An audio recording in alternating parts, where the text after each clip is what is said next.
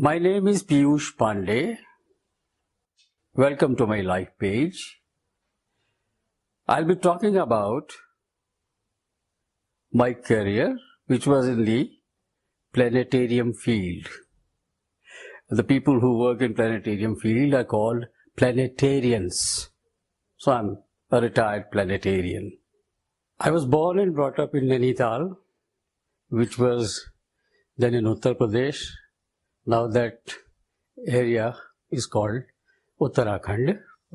As I said, my education was all in Nainital or nearabouts. I'm an MSc in physics with the special paper of electronics. And immediately after completing my MSc, I went to so many things, writing of scripts, getting the show recorded, because we believed in two things, that for the general public you should have pre-recorded shows, and for special groups who would come there on Saturday or Sunday evening, we would have a show as if we are taking them for a skywalk, where star walk, where you identify planets, stars, moon. If you are a physics student, MSc in physics, you can very well join a planetarium. In fact, I would like to share one interesting aspect. This equipment at Allahabad was from the same company of Carl Zeiss, which had supplied in Mumbai, but it was smaller, but at the same time much advanced version. It had provision for automation, and in the name of automation they had put a plastic card which had some plastic reeds, and you cut them, and card takes about 45 minutes to go from one end to the other. And if you make a cut here, a microswitch will get actuated, and then you can assign that microswitch to do some operation of the. So therefore the requirement of a planetarian, what his training should be, depends upon at what level he wants to join a planetarium. Suppose if you want to join just as a lecturer, who would come on, wants to only gives you lot of satisfaction, because on the one hand you have scientists who are doing the real science, who are discovering objects in the sky, finding out processes which happen inside celestial objects. And on the other hand, you are the educator, science educator, astronomy educator, taking that research work, the new findings of astronomy, and purveying that to, imparting that to common man.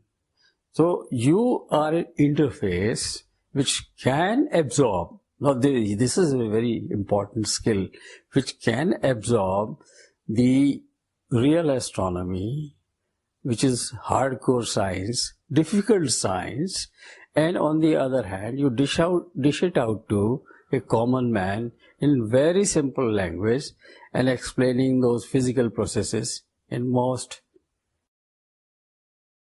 The first challenge is we have to differentiate between science, non-science, and nonsense. Because many people take astronomy for a similarly rhyming word called astrology, and they make a mishmash of it. They can't differentiate what is astronomy, what is astrology.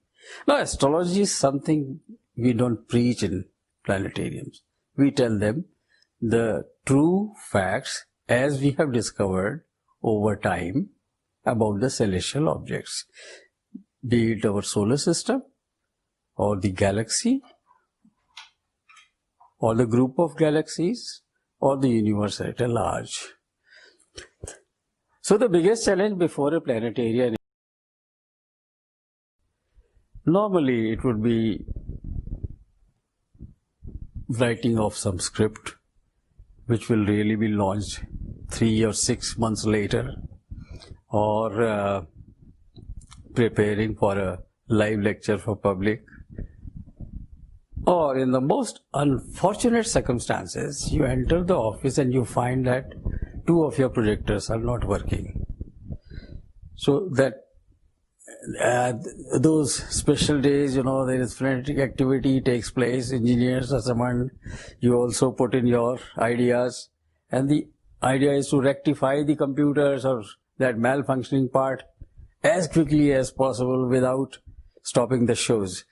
So these are the kind of days I have lived.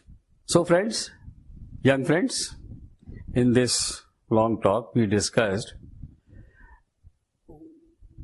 the role of a planetarium director or planetarium educator or any person who works in a planetarium. It's a very satisfying job, and I hope during this interview you have understood the nitty-gritty of this planetarium business. Thank you.